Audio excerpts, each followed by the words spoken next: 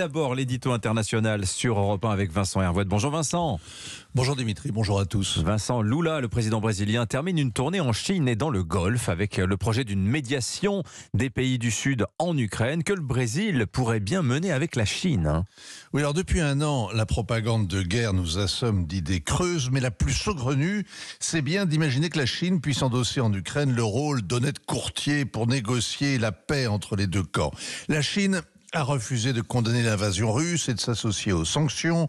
Elle finance l'effort de guerre du Kremlin en achetant son gaz et son pétrole. Elle en tire un grand bénéfice car c'est à prix cassé. Son ministre de la Défense, Li Shangfu, est ces jours-ci à Moscou.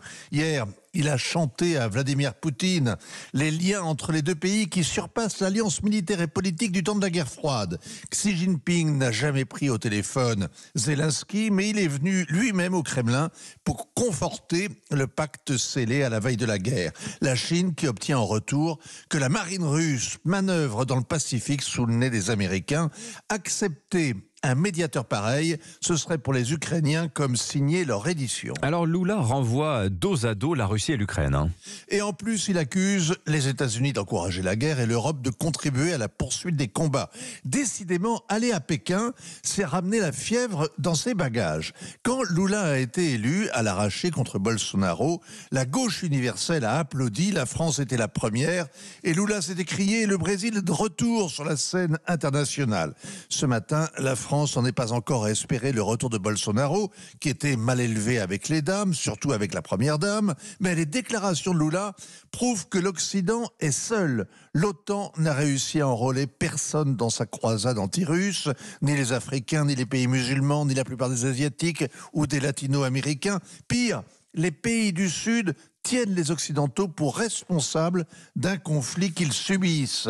Et contrairement à ce que prétend la propagande, ce n'est pas un front des démocraties contre les régimes autoritaires.